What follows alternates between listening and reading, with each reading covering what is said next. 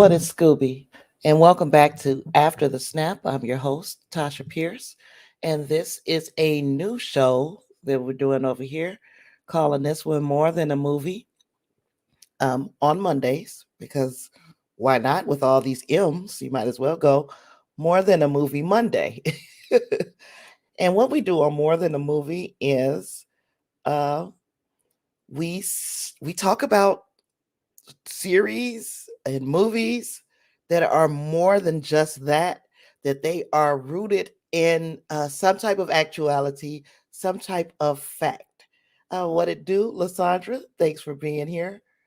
Um, so we'll be doing docu-series, documentaries, biopics, that sort of thing that is rooted in actuality, rooted in the real world, rooted in fact.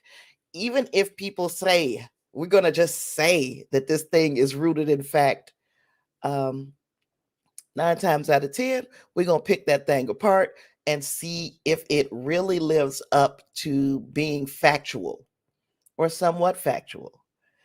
And for the first inaugural episode, I'm very happy that it's going to be King Richard. Now, King Richard started in North America uh, this past weekend. It was it is starring Will Smith, Anjanou Ellis, John Bernthal, Sanaya Sidney, Demi Singleton, and Tony Goldwyn. And it is based on the the story of Serena and Venus Williams and how their father prepared them for tennis greatness. So here we are discussing first the movie, and then we're going to go into what's more to this story. And there's always something more to the story. We're going to see how this story lines up with what actually happened.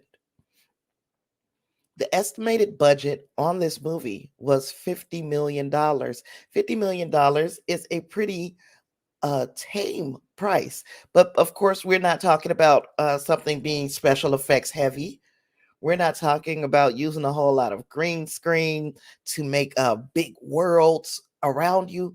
We're talking about a regular family who were dealing with the struggles of living in Compton during the 90s, or the early 90s, which was a time where Compton was not the safest place to be in America.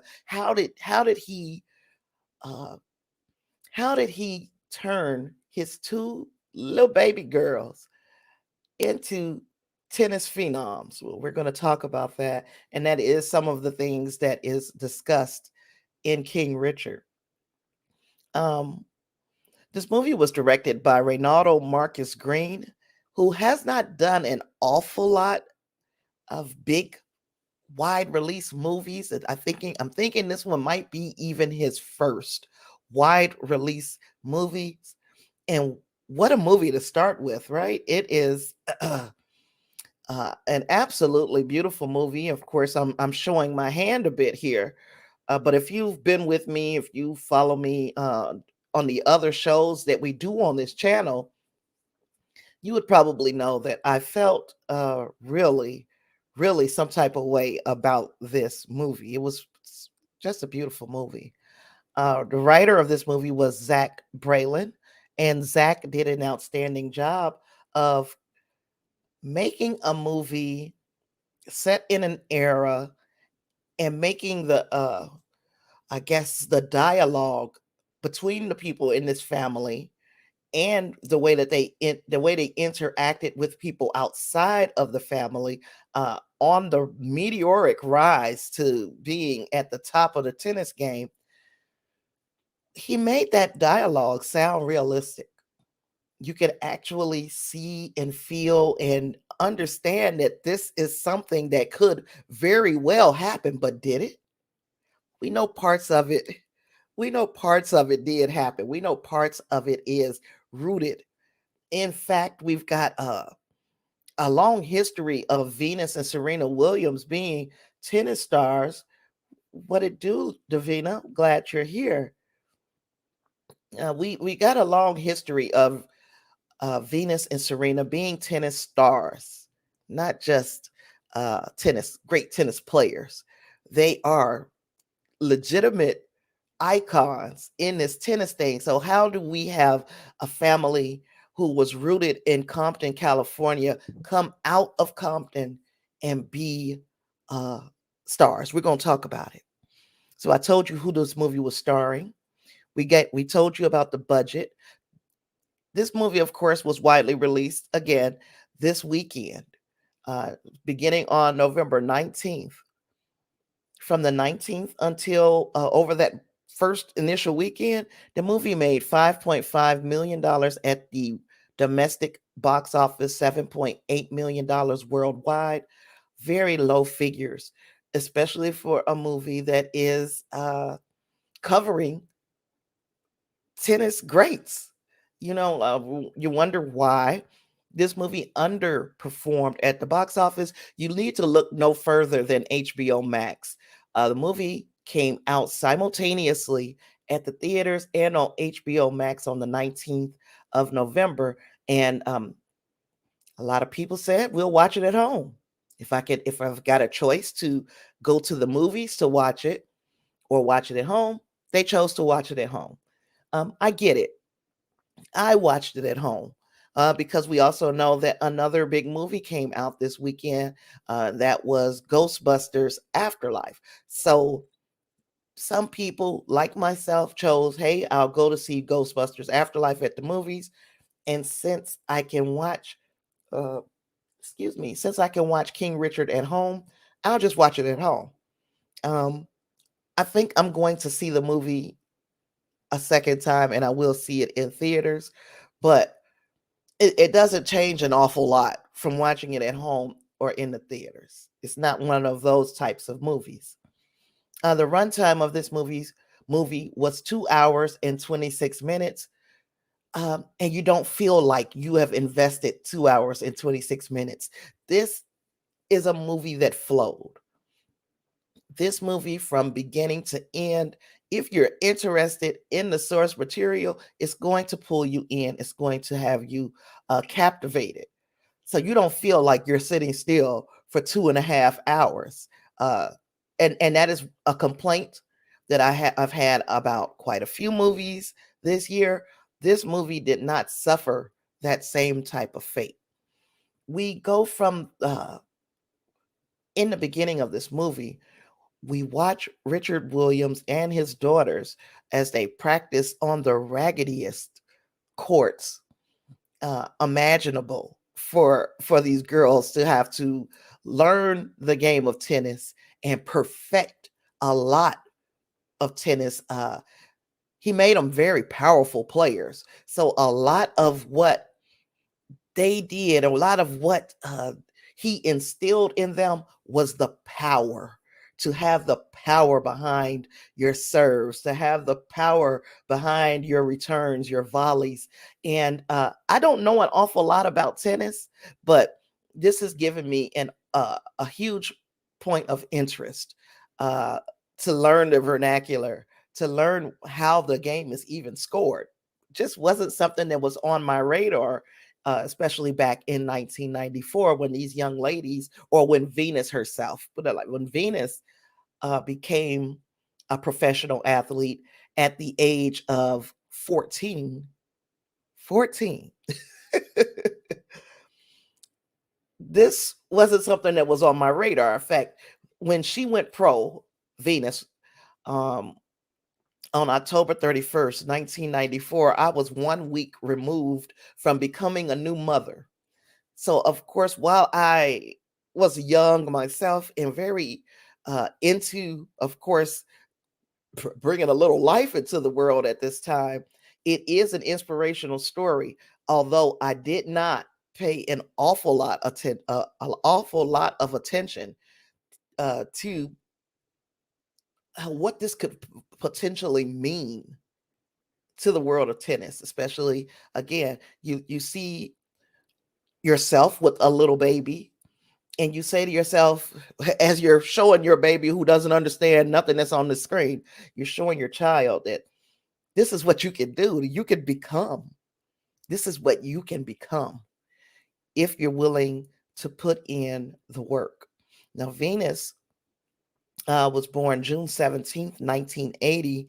And she has her little sister, Serena, who was born September 26th, 1981. She likewise went pro the very next year in 1995. We hear an awful lot about Richard Williams' 78-page plan for his daughters. Of course, we hear a lot about the harrowing atmosphere that there was in Compton in the 1990s. We see Richard sacrifice his body for his daughters. And by that, I mean there were uh, there was gang activity in the neighborhoods. Of course, this is what is depicted in the movie. So this is not Richard Williams. This is Will Smith playing Richard Williams that we're seeing get his butt kicked because he stood up to these gangbangers who were trying to divert his daughter's attention, taking their eyes off the prize. He stepped in, he intervened. We actually saw a scene where he had taken this beat down for his daughter's virtue, pretty much, and saw him get so upset that he would go and get a weapon and say that he is going to I guess he basically had it in his mind that he was going to put an end to these young men. We saw in the movie where he didn't have to do it. He got out of his car at the liquor store. He was close to going over to where those young men were and ending their lives himself when a drive-by shooting happened directly in front of him, saving him from having to do this, and also getting rid of one of his problems, which the problem was this young man who continuously threatened his well-being. We're going to talk about whether that story is rooted into fact. We're also going to talk about Ingenue Ellis, who played their mother, Oracine. Very unsung hero in this movie. Yeah, I said it. She's a hero as well. We know that Ingenue raised her children as Jehovah's Witnesses. I believe that she was one of Jehovah's Witnesses herself, but prior to even meeting Richard.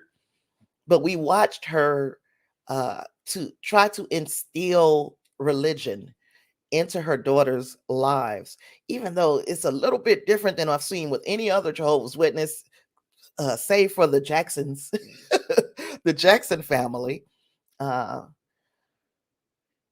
They usually don't pursue money. They don't pursue going out and being celebrities. That's not something that Jehovah's Witnesses pursue. But as Ingenue Ellis, as Oracine kept saying throughout this movie, is that my faith tells me that I have to stand behind you, that you have to be the head. So I'm going to listen to you, but don't think that I'm stupid. That's pretty much how she put things. Don't make decisions without me. Don't think I'm stupid, but my religion dictates that I have to follow you. So that was something, again, that was pretty damn good. Without pouring a lot of time into their religious beliefs, they let us know that these people were rooted in faith. Okay. He was tough. He was tough on his girls. Richard was.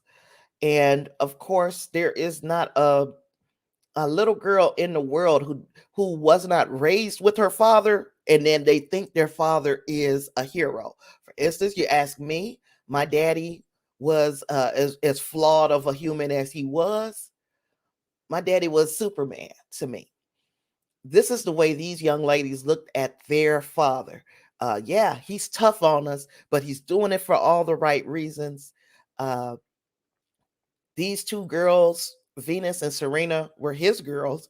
The other three children, three daughters in the household, were from Oracines' first marriage. So one of the things that was concerning to me is that we saw an awful lot of time being poured into his girls, but these other three girls are in the household. Why are we not working with them?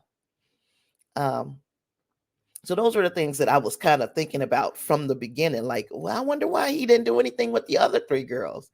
Why did he uh, suddenly get this 78-page plan when he had his two daughters? We're going to get into that on the other side, the part where we talk about uh, the real story, what really happened. But as far as the movie is concerned, Will Smith did an outstanding job of bringing Richard Williams to life. In fact, if you have seen footage of Richard Williams and then you watch footage of Will Smith as Richard Williams, you see that there is definitely he pulled most of his affect perfectly. Um, of course, in this movie, it's called King Richard, and although the I guess the real story is Venus and Serena's overcoming, he became the king. He is the central figure of this movie. You ask yourself why. We're gonna come to that as well a little later in this, because we have some other we have some other performances to talk about. The next performance that I want to talk about that I've already touched on briefly was Ingenue Ellis playing Oracine Williams, or Price, whichever way you want to look at it.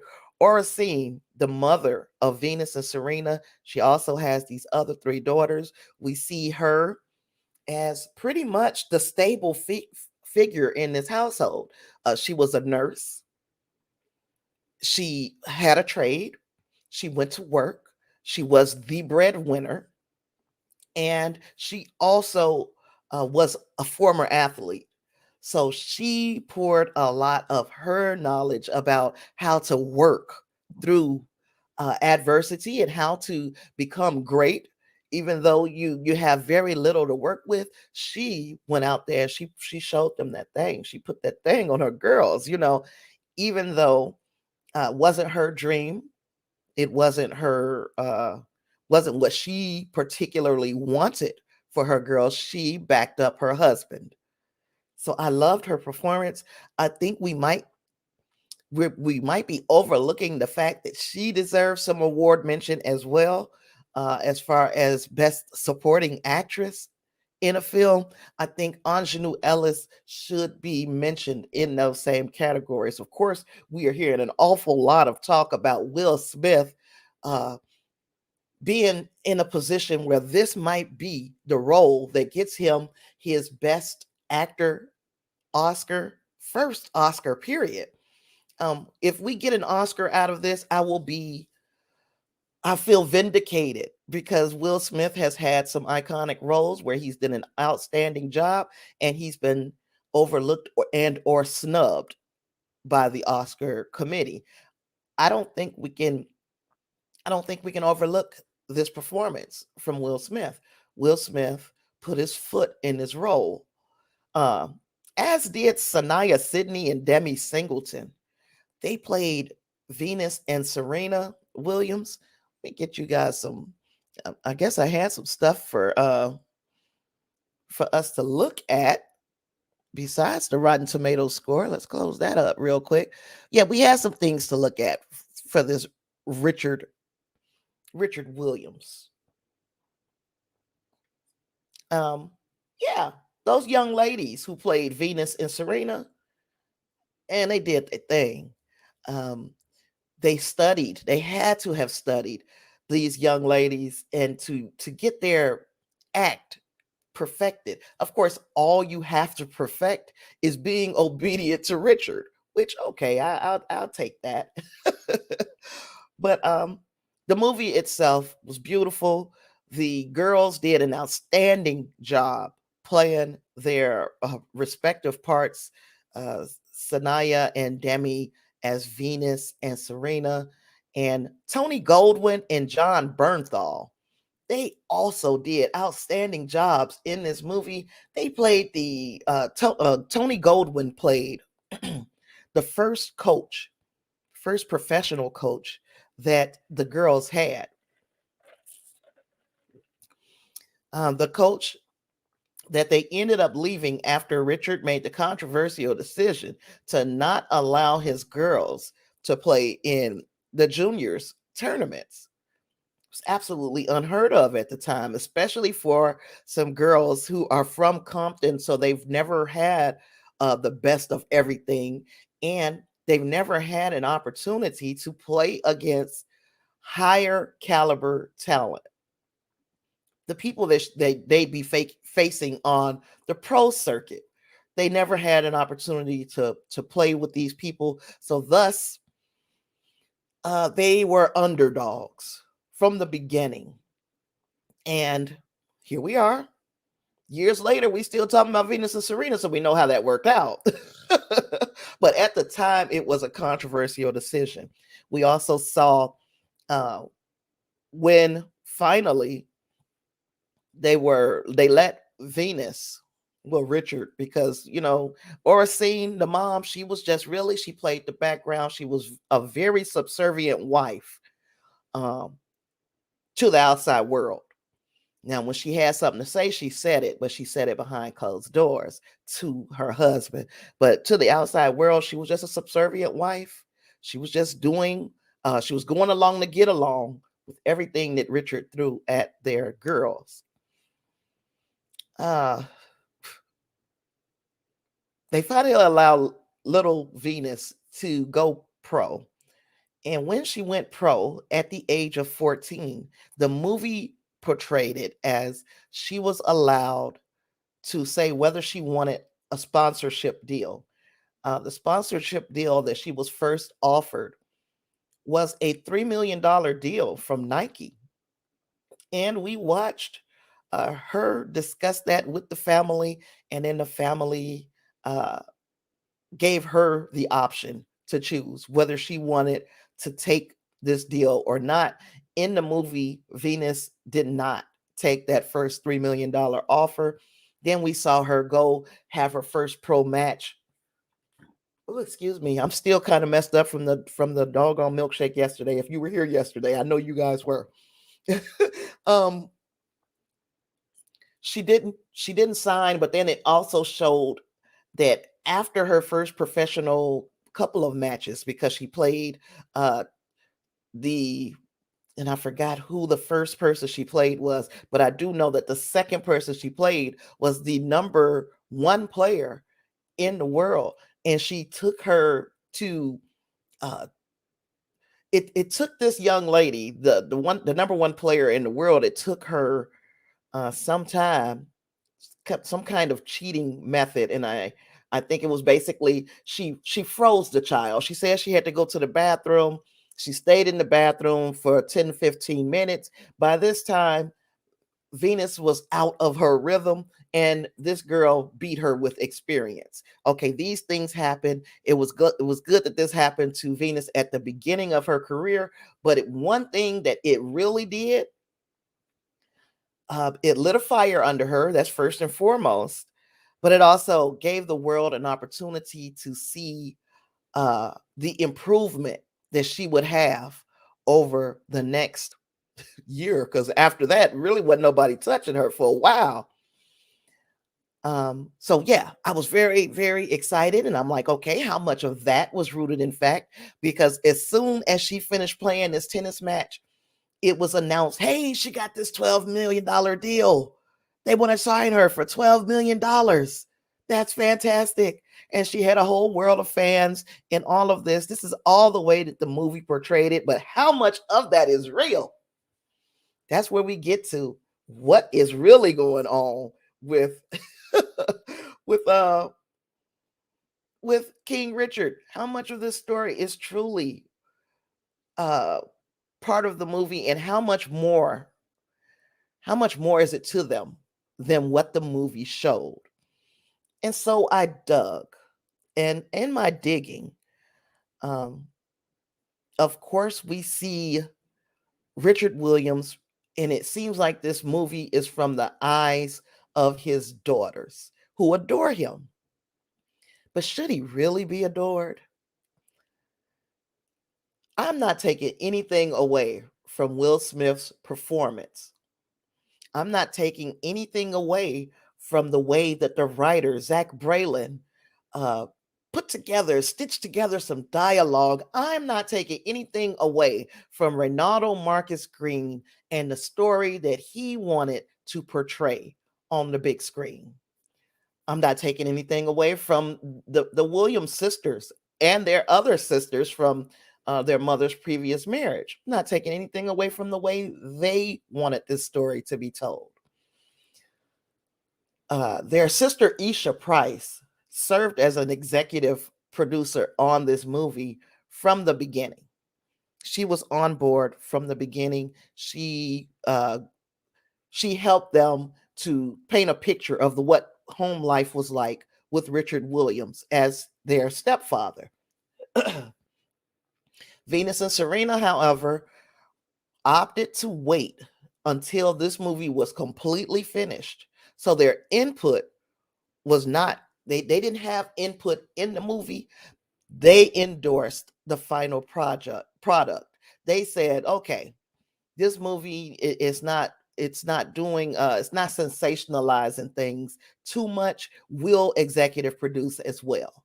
So let's get that straight from the beginning. They did not endorse this movie as it was being made, but Isha did, and Isha lived in the house. So we would think that, okay, a lot of this has got to be right. But the story that's not being told is of the other children that Richard had. How did Richard end up with Venus and Serena from the first place? Um, what what created? What went into creating Venus and Serena Williams? Now, before I go into what went into creating Venus and Serena Williams, I want you to remember, if you are watching this either live or on the rebroadcast, to please subscribe to After the Snap.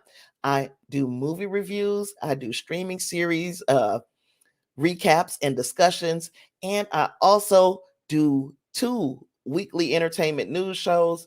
So you can catch me dang near 5 days a week. Hard working sister. You can catch me in all of those things. Just subscribe to After the Snap, turn your notifications on so you will know when I create a live stream. Also, if you are here either on the rebroadcast or in the live audience, say hi in the chat so I'll know you're here. Hit that like button at whatever time you're watching this, because that will assist me. It helps move my content on up the little ladder so people will know that I even exist. Because right now I'm one of the best kept secrets on YouTube or Twitch or Facebook, wherever you're watching me. Also, know that your donations also help the show. If you like to donate to After the Snap, you can do that on Cash App with the little $ and then Quinn's Mama. You can do it on PayPal at paypal.me/After the Snap. You can also send me a super chat, a super sticker, however you want to support the show. I'd be appreciative. I promise you I will. And last but not least, before I get into what really went down with Richard Williams, send me your topic ideas, your suggestions, and your feedback to sinister.media.network@gmail.com. I am always happy to get your emails and your suggestions. You can also subscribe, follow me on Patreon and support me there at patreon.com/Tasha Pierce. You can see all the tiers and what the incentives are for subscribing to me as a Patreon supporter. Okay. So Richard Williams. Ooh, I don't know. I know that the job of the movie is to present him in the best light possible because he is the father of these two outstanding athletes. But what's Richard's real story? Well, a lot of Richard's real story starts with uh it starts with him. The real story starts with him being a married man in the 60s. We going back a little far, right? We going to the 60s. He was a married man, and he he had 5 children with his first wife. Now, when he and with these first 5 children, in the 60s, early 70s, they were all under 8 years old when Richard Williams said, "I'm going to buy you a bike." He told that to one of his children, and they never saw him again. He left and never returned. Okay. So that's not something that they told in the story, but they did gloss over it just a bit. Anjanae Ellis's character, Oracene, who is the mother of Venus and Serena, she called him like, "Hey, you doing what you typically do. When things get hard, you walk away. You had all these businesses that failed. Every time things didn't go your way, you walked away. You had a family of all these kids, and when things didn't go your way, you walked away." So she's like, I don't walk away, and I don't need the world to tell me I'm great for me to know that I'm great. I'm telling you, by the time we get through talking about King Richard, we're going to wonder why the name of this movie wasn't Queen or a Scene.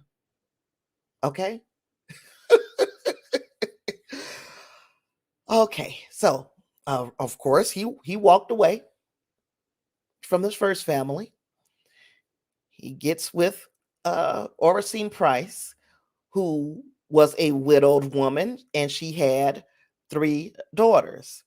And while they were just getting married, I think they were newlywed,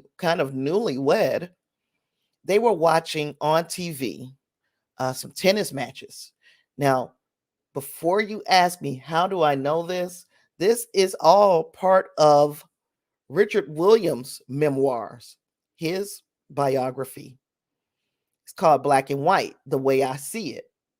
So that is his biography, his memoirs. And in his memoirs, it talks about how he and Oracene were watching a tennis match on television. And he said to his wife, "You know what? We should have kids." She's already got 3 children. Remember that. He's already got 5 from a previous marriage. Remember that. "We should have kids because he saw these people being awarded a $40,000 check for winning a tennis match. And he decided we should have kids so that we can train them up to be tennis players, but we shouldn't just have one, we should have 2.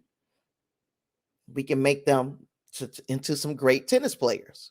Now, she, of course, being the mother of 3 girls already, and also knowing that he walked away from his first family of 5, she was not really for having no kids with him. So what did he do?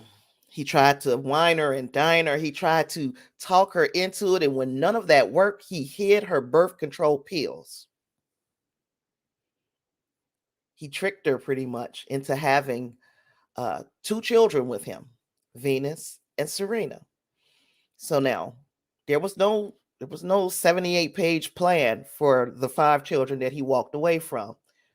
There was no 78-page plan for the 3 children that Oracene already had.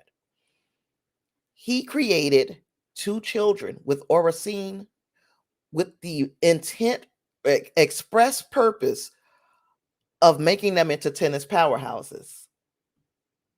I'm going to check over here in the comments. Oh, okay.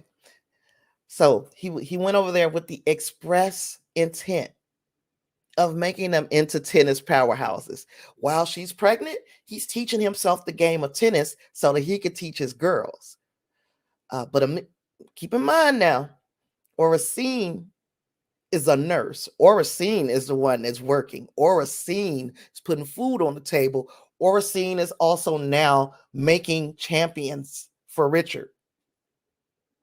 They have the two children.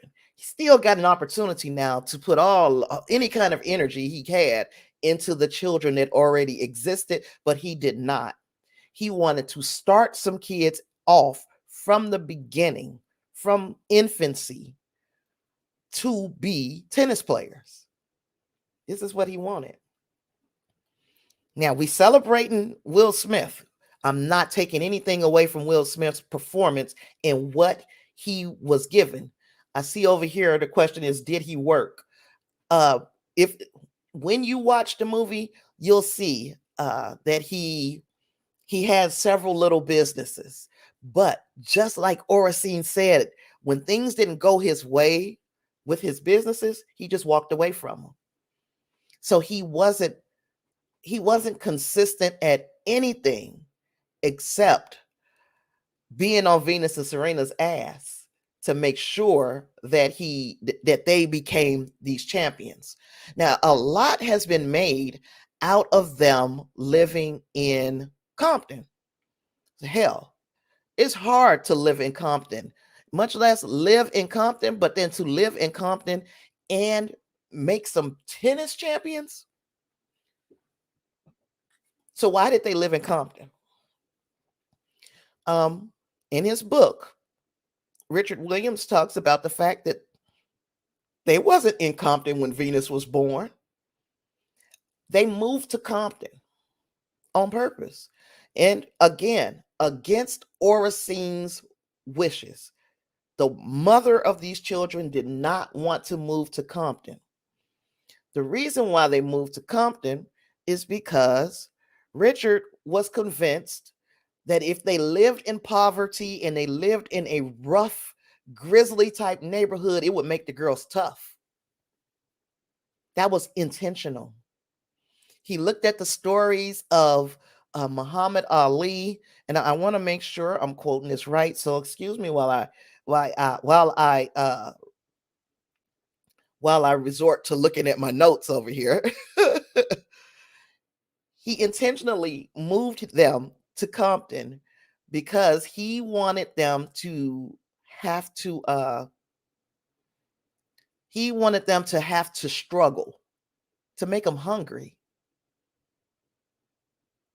In the meantime, they could have lived anywhere. They could have lived anywhere. They could afford to live anywhere because remember, Oracene is a nurse. Oh, so he said, what led me to Compton was my belief that the greatest champions came out of the ghetto. I had studied sports success like Muhammad Ali and great thinkers like Malcolm X. I saw where they came from. The ghetto will make you tough. It'll make you tough. It'll make you strong. And so that's why I went to Compton with them.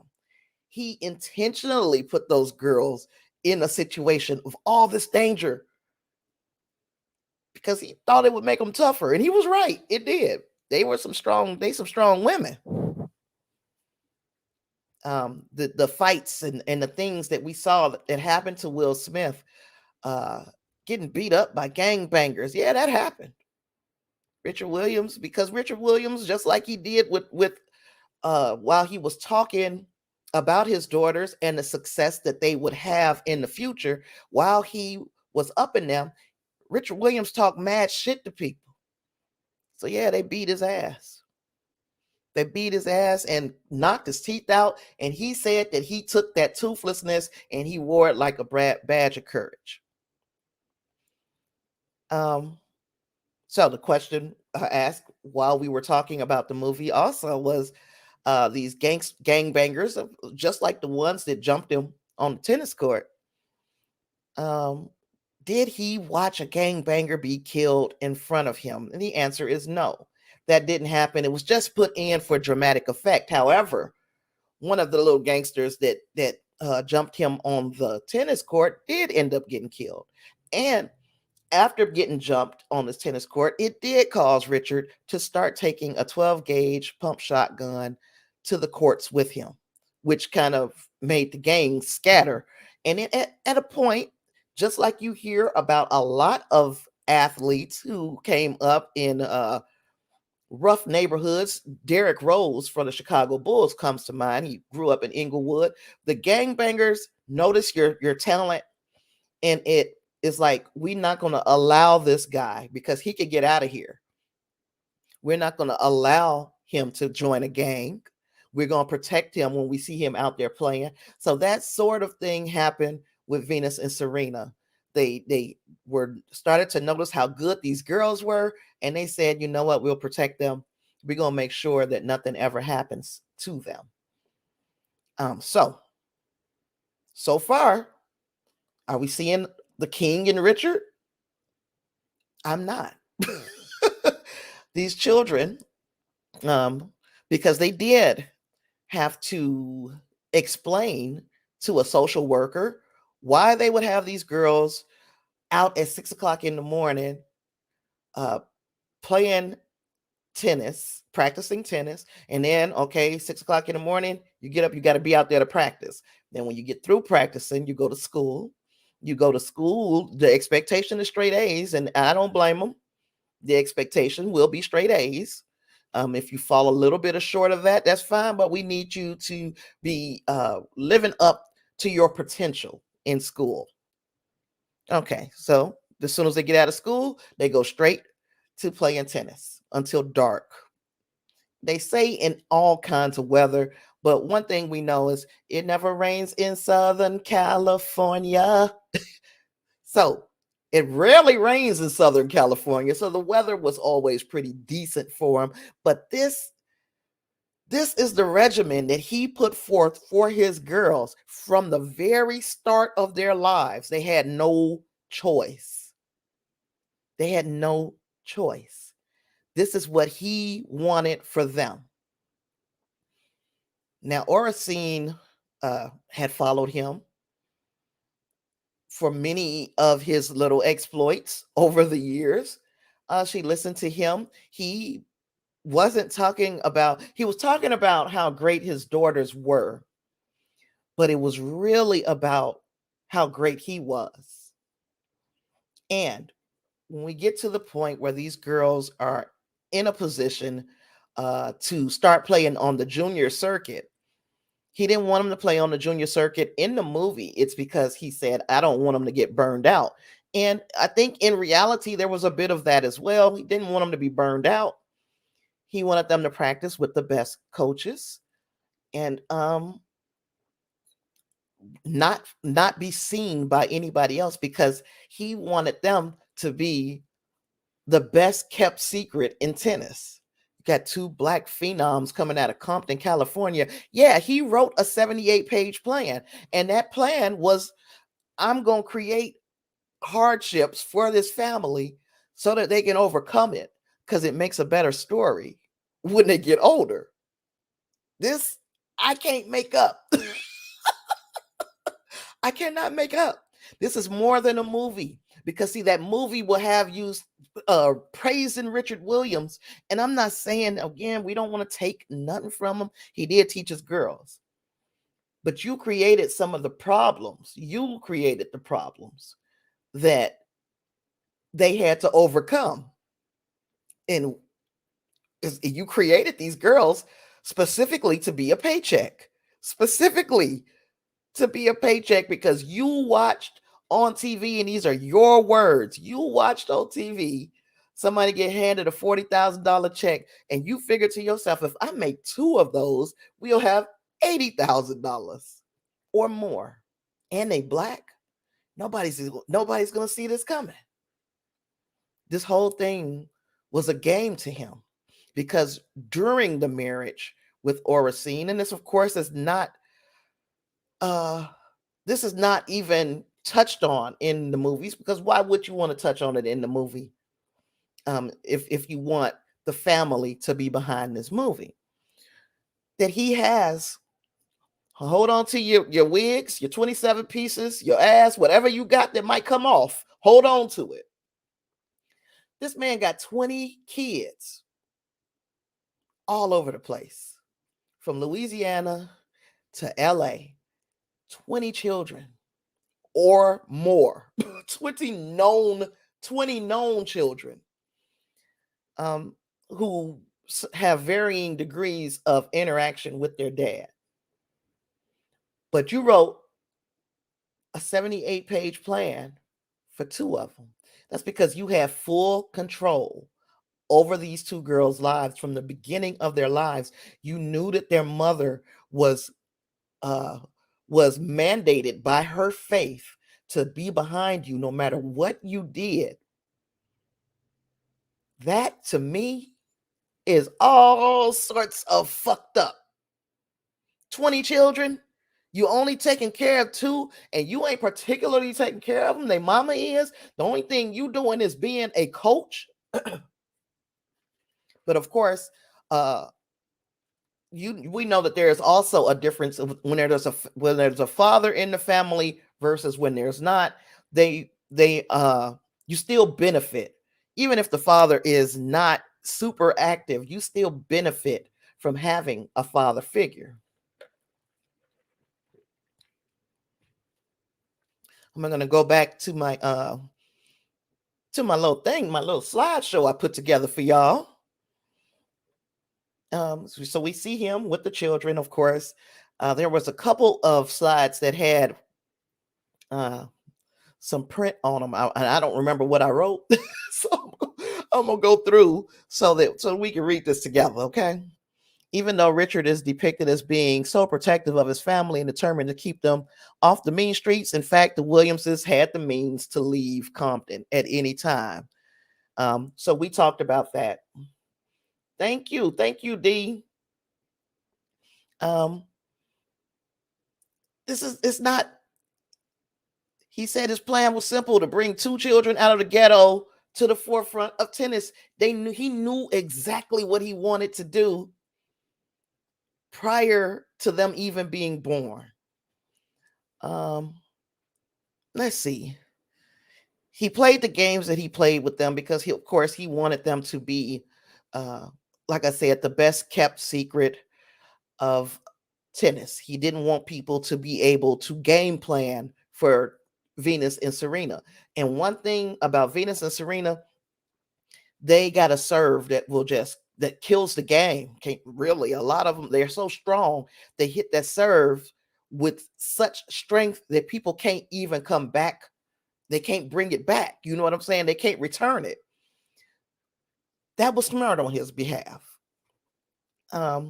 Did Richard and Venus turn down a Nike deal? Of course, they turned down that $3 million contract. And then we saw him and her in the movie get this $12 million contract very next day. But that's not the way it happened. It was 7 months later when Reebok signed Venus to a 5-year endorsement for $12 million. So the gamble did work. But look how long y'all had to wait. You know, it was almost like you sitting around twiddling your thumbs, hoping that your gamble paid off, even though her play spoke for itself. Couldn't nobody mess with Venus on the court. Once she got used to playing against older, more experienced players, she was unstoppable. He took a gamble. And he took a gamble in the movie. It made it seem like that gamble was Venus's decision. It was not. It was Richard's decision. Richard turned down the $3 million because he knew that he was gambling on his daughter with house money, and the house won. Okay, the house won at first. Then Richard and Venus turned out to be winners 7 months later. So again, if you didn't know, Oracene Price finally left Richard Williams. They divorced. Uh, After they got divorced, Richard married a girl who was 1 year older than Venus and had a child with her.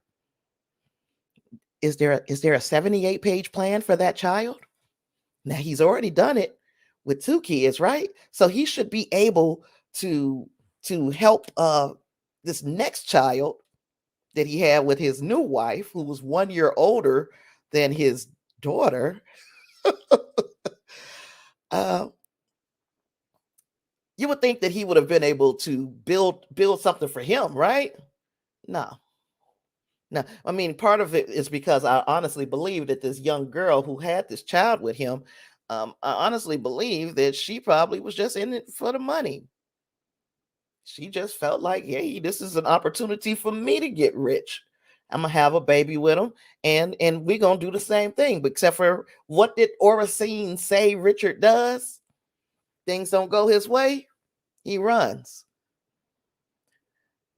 He runs. So they're still in some type of arbitration uh over what's gonna happen with this, the money. He married this girl. I'm gonna read you some quotes from his other children too, or at least one of his other children. He married this girl in 2002 or 2003. So after Brandy Oracene, that's the Venus and Serena's mom, after she divorced Richard in 2002, he married a woman named Lakeisha Juanita Graham, who was 1 year older than Venus, with whom he had a son in 2012. Though they have since divorced, she's still, chasing him down for money. Now, it says that Richard is not in good health, but we're going to get to that in just a moment, because I don't want to just sit here and shit on the man. But really, you expecting us to celebrate this man? You called this movie King Richard. You could have called this movie The Story of Venus and Serena, because that's what it was. But you put the focus on Richard. So now that just made me dig into Richard. And God, when I started digging, I didn't like what I was finding. Richard is not somebody to celebrate. We celebrate his girls. Hell, I celebrate his wife.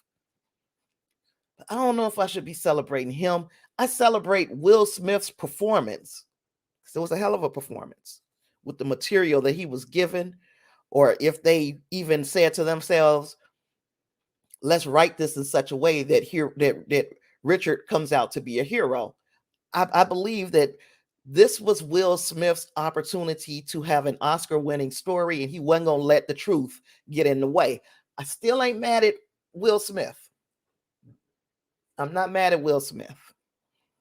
But the truth is an ugly, ugly, ugly thing when it comes to Richard. But before I get to the quotes from the daughter, please, I'm going to remind you, subscribe. If you've not done so, and if you're watching this on the rebroadcast, please subscribe to the channel. Let's get into what Richard's daughter, Serena, had to say. Serena, okay, we're going to start. I'm reading this, of course, from Slate magazine.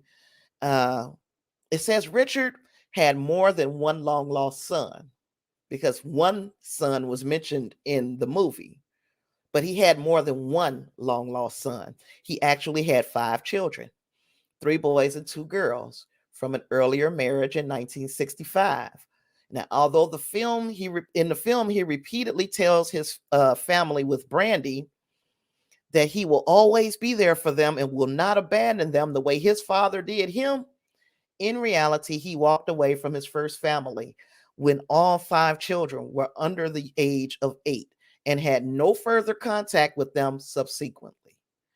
Now, this is the quote from the daughter.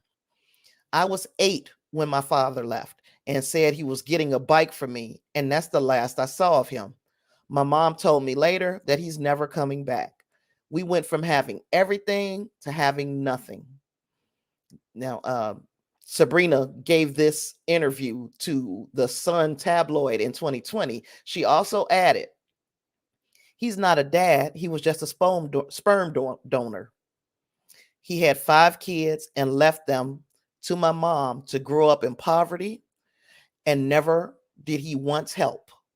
Moreover, Sabrina maintains she was told she has between 15 and 19 half siblings all over the place from LA to Louisiana. After Brandy and Richard divorced, that's when he married the young girl and they have a son. And it ain't been too much of a conversation about what's going on with the son. Um, Now, here lately, Richard is in bad health. Thank you so much for that super chat, D. Thank you. Richard is currently in bad health. And if you look at the pictures from the slideshow that I put together here, that in the middle, that's his son named Shavoita, gosh, Shavoita Lassane, who is 48 years old. That's who has been taking care of Richard uh, since his health has been in a decline. I do not know if his relationship with Venus and Serena has disintegrated because of the things that they may have learned. That, let's be real, what mamas do, their mother may have been shielding them from the truth about their father until after their career had taken off. This Shavoita Lassane is taking care of him. And I would imagine that if Venus and Serena were still heavily involved with his life, that they would be taking care of him. Lassane, that's the son, has power of attorney over Williams, who's age 79, who is going through a protracted divorce from his wife, Lakeisha, who was 41.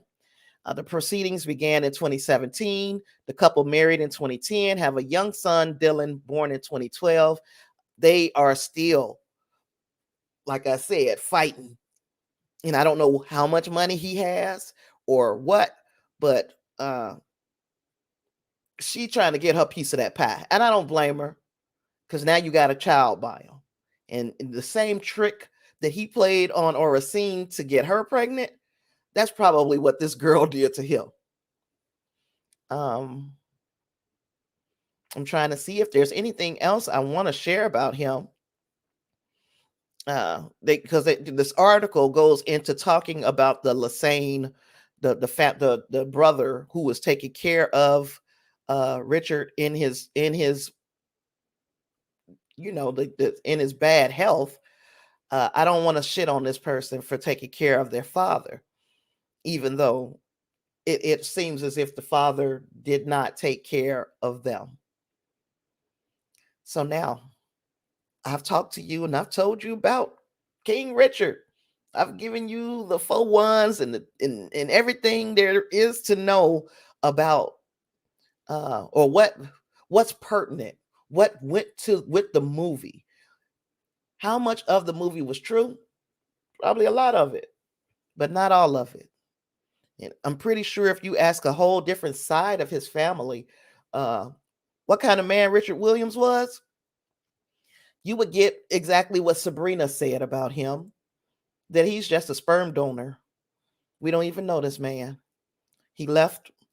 And honestly, he had to have 20 children. You have to be cheating on, you got to be cheating on Oracine as well. So while you got these kids working like slaves and you bouncing in and out of jobs, well, because Oracine is holding things down, when to me, you know what I'm saying, you deserve whatever you get in your old age. Now, before I cut up out of here, we got any questions, comments, concerns, anything that you guys want to bring up about King Richard? Still, like I said, this is not taking away from Will Smith's performance. It's not taking away from Anjanou Ellis's performance. It's not taking away from anybody's writing, directing. But you said this was based on a true story, so we wanted to know how much of it the story is true. You opened the door, I just kicked that bitch in a little bit. What you got, Reinhardt? I didn't even know you was here, bro. You know you can't We can't call it a true story and only tell half the truth. I love the movie.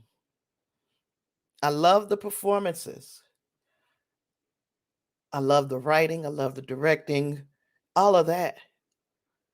But when you start saying that this is a true story, no, there is more to this than the movie. It's more to it than the movie. I didn't know you was here. So like I said, it's always more to the story.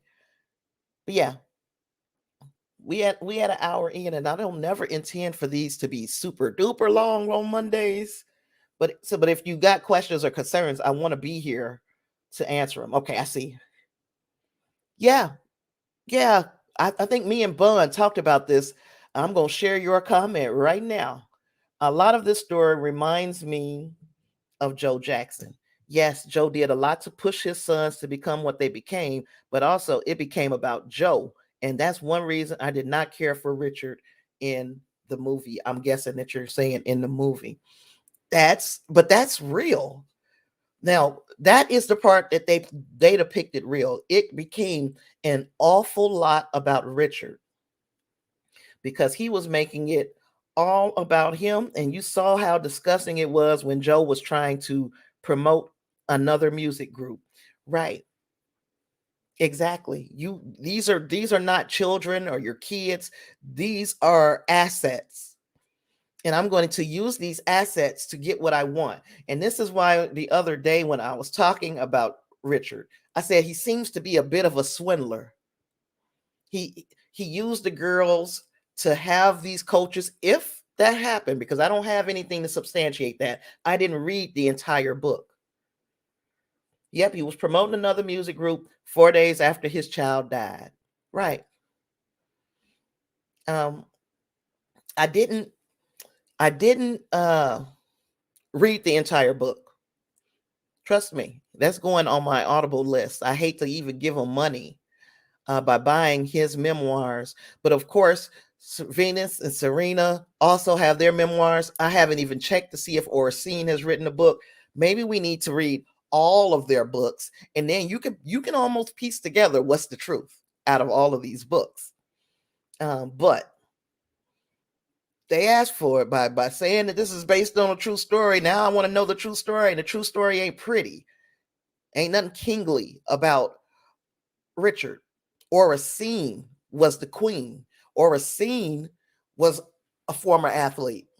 Oracine put in I ain't gonna say the same amount of work because she couldn't. She was working at the hospital, but she put in an insane amount of work with her girls. She stood behind this man based on her religious beliefs, and he didn't deserve that loyalty. He made some prodigies for a payday. And as ugly as this was, as ugly as it is, this is the truth. Uh, Let me see what Reinhardt said. But this is not an isolated story. They actually mentioned one of the other tennis players, Mary Pierce. Her father was horrible. He was so bad that he was banned by any tournament she was in. And I mean, I guess we could say, yeah, at least he didn't get to the point where he got banned. I think they started making him stand in the back to watch, though. They didn't even let him be out there in the stands. He kind of had to stay in the back to watch. And I wondered why Richard had to. Well, it's because he was talking shit, and it wasn't talking about to me. It wasn't talking shit to these are my kids, and they the greatest of all time. It's I did this.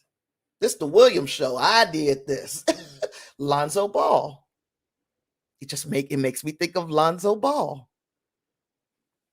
Now I don't know what is really going on back here. I don't know if I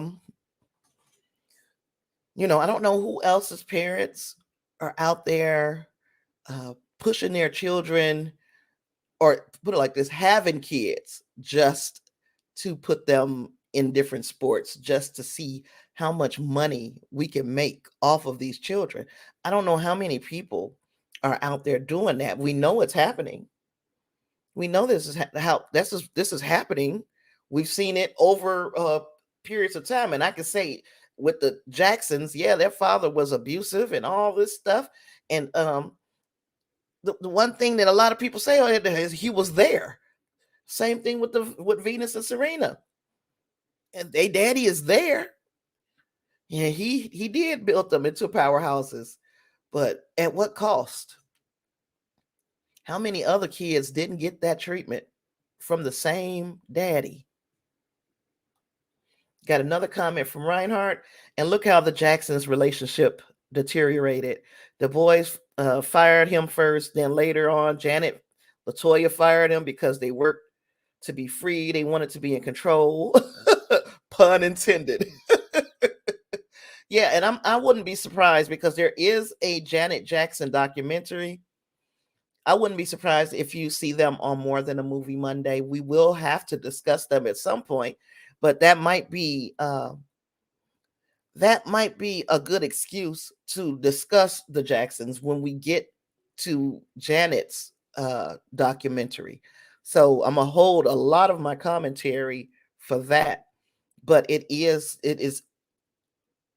would be crazy not to see the similarities between those two fathers. The only difference is, as far as we know, Joe didn't have a whole bunch of outside kids and that sort of thing. Unless I'm ignorant to him having all of these outside children. I know he had one at least, but 20. You got 20 kids and we only talking about two of them. You had the opportunity to build up 5 girls in one household, and the only thing you was interested in was making 2 with your last name and making them stars when you had 3 other blank slates in this house. And Yatunde, the oldest one, the one that was killed, um she was very smart. Very smart. They say she was the valedictorian of her class. She was very smart. You move these kids to the ghetto just because you knew that it would be hard. You knew it was going to be tough. You moved them to the ghetto to as part of your plan. It wasn't because they needed to be there. It wasn't because y'all couldn't afford anywhere else. It was simply because it was part of your plan. And that to me is fucked up. Reinhardt had one more comment before I'm gonna slide up out of here. Reinhardt says, last one, Tasha. There's an HBO special about parents of children athletes, period. And Tasha, there was a man on there with a black father. I'm saying this because I want you to understand the context. Give me the rest of it. Give me the rest of it. Yeah. Again, I'm always taking suggestions because this is a new show. And yes, we do have quite a few things lined up already, as fate would have it. A gang of documentaries and docuseries are starting to be released. So, yay, we got a lot of content, but it's never enough. It's always room for more. And I don't mind doing these kinds of dives into the history. I want to talk about the movie, but I know there's always more to the story. And I want to make sure we getting the whole story. In the meantime, I'm gonna, while we're waiting on Reinhardt to give me the rest of his statement, please remember that you can send me your topic ideas, your suggestions, your feedback to sinister.media.network@gmail.com. I would absolutely love to hear it. I'm also going to share with you the trailer for my next More Than a Movie episode. Let me see what see. Oh, that's some personal information. I won't put that one there. But yeah, I'm waiting to see what Reinhardt is going to follow up with that is concerning this documentary or HBO special that he was talking about. In the meantime, I'm going to share with you that that trailer, not this trailer.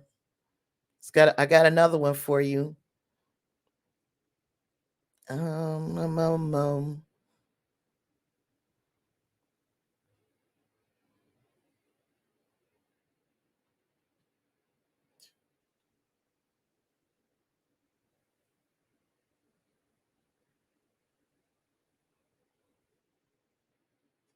I don't know if the sound is coming through on this though. Is it?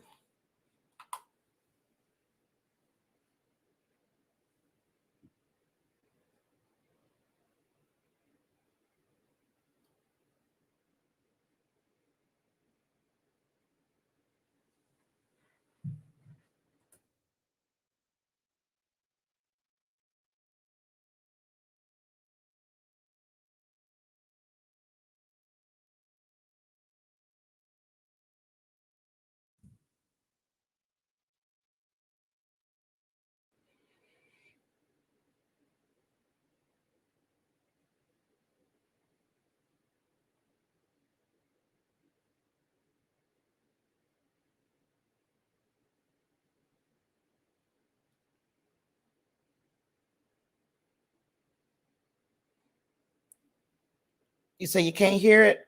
I'll pull it up another way. It's like,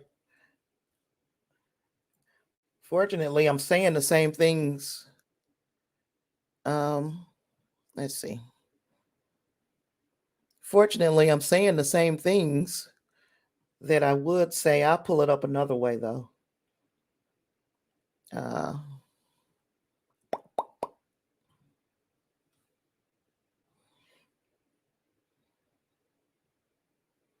you say you wonder how his other children feel about him? I mean, we got it from what's her name? Sabrina. Sabrina basically said that, ain't no love. So there's that.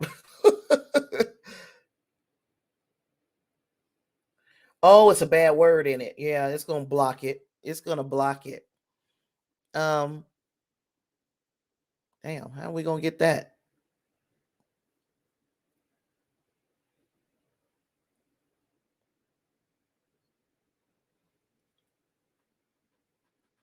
Yeah, if it's a bad word in it, it's gonna block it. And I don't see it, so I can't even approve it to come through. Um, yeah, that sucks.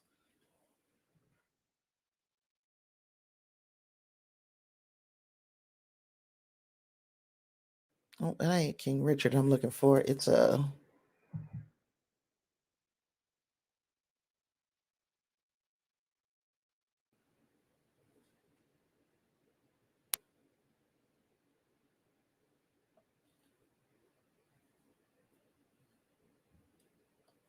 okay. I'm gonna try.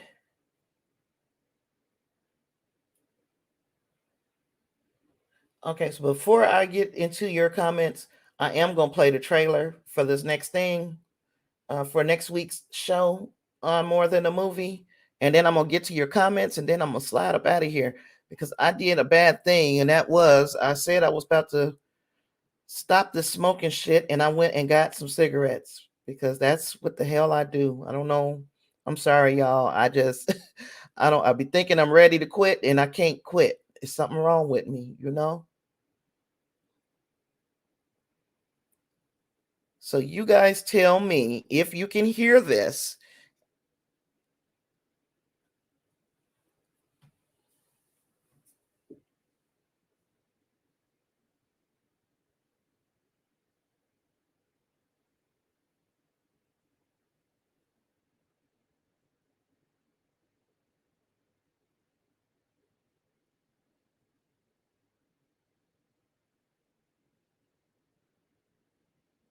Nope. Okay. Well, let me see. It's only one more thing I can do.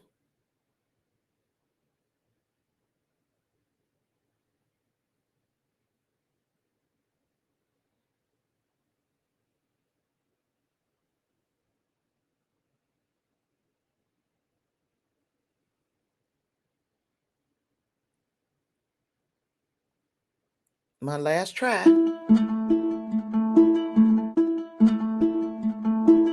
The upcoming HBO Max Ain't playing. If the docuseries sound Black ain't and Missing playing, suggests that working class Black girls and women at the intersection of race, gender, and poverty are the least you guys are protected ones who have heard and it. most invisible.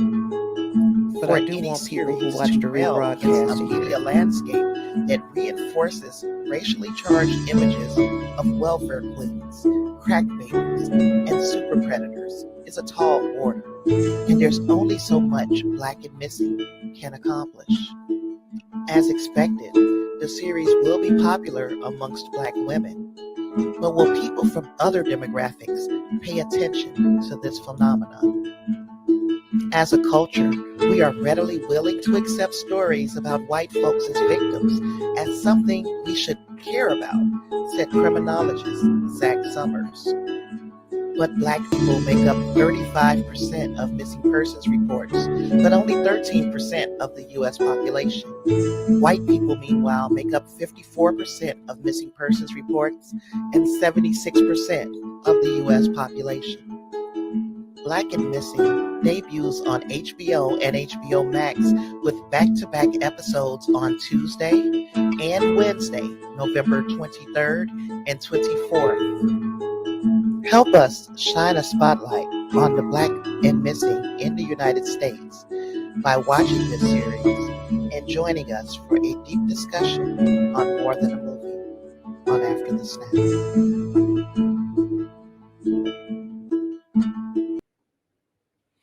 And that was that for that. So hopefully you all will, if you were watching this, you'll join us on the 29th when we discuss Black and Missing, and we're gonna dig into it, just like I dug into King Richard. We're gonna dig into it, and we will discuss and see if there's um, anything we can do to help besides just being, rah rah girls. We need to actually do something to help the work, especially if we are not able to go out there and do the work ourselves. So let me go back up here and pick up what Reinhardt and Lysandra was saying. So we got the part where he said there's an HBO special about parents of children athletes, and there was a man on there with a Black father. He was trying to give us some context about this guy, and in the special, the man's little girl was playing golf. She had a bad ground. She had a bad game, and he called her a stupid B word, the B word to his 8-year-old daughter. Wow, that's freaking terrible. But it's not surprising. And it's also uh just in case he was reading that. I'm sorry, I read it. Then Lysandra also added that it's sad that you can only think about 2 kids and forget the rest. And we talk about how smart children are. There are a lot of times children will forgive you, but they notice what you're doing. They see that there's a difference, and especially the ones that had no knowledge of him whatsoever, but particularly the ones that were in the house. The only ones you're interested in is the ones that got your last name, or not saying your last name, your blood running through their veins. Yeah, it was altogether messed up. I hate that this is what I discovered as I dug into this story more. I still enjoyed the movie and loved the performances that were put forth in the movie. We just got to be careful because things, when we see movies, we got to know, and especially when they say based on a true story, we got to know that there is more to this movie than what we're seeing. He said, Lysandra, that happens a lot. Like Larry King, the talk show host, he had kids from his previous marriages. He had no contact with them. He only talked about the 2 children he had with his younger wife, who later divorced him. Ain't that how it goes? Ain't that how it goes? Ain't that how it goes? So yeah, I thank you for joining me on the inaugural episode of More Than a Movie, Mondays at 7 p.m. Central. Let me tell y'all real quick about what's going to happen for the rest of this week. You won't see me again probably until I think we're going to shoot for the weekly wrap up. I'm not doing a midweek meltdown. Of course, I'm not going to do a Friday film review Friday. And if this is your first time watching or hearing me, these are all shows that I normally do. The midweek meltdown is usually on Wednesdays at 7, but not this week because of the holiday. I'm not going to do a film review Friday. Not this week, Friday at 7, like normal. I won't do it because of the holiday. We'll join back here together if you all are back from holiday feasting and all of that good stuff.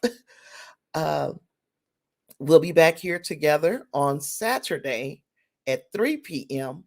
for the weekly wrap up because I'm sure there's going to be some entertainment news to talk about since we won't be getting together for nearly a week. And then, things will go back to normal until we get to around Christmas time, and then things will get wonky again. But I'll give you guys information as I start to learn what I'm going to be doing around those holidays. And one more thing from Reinhardt before I dip up out of here. They always try to portray the image of black men walking away, but a lot of men of all races walk out on family. They sure do. And that's why I didn't feel no type of way. Again,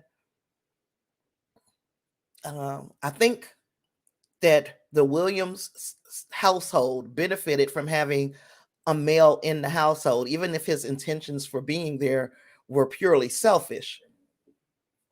But we can tell a story of, if you really want to sit down and talk about people who walk away, it's a line of serial killers who I can just point you at their dads.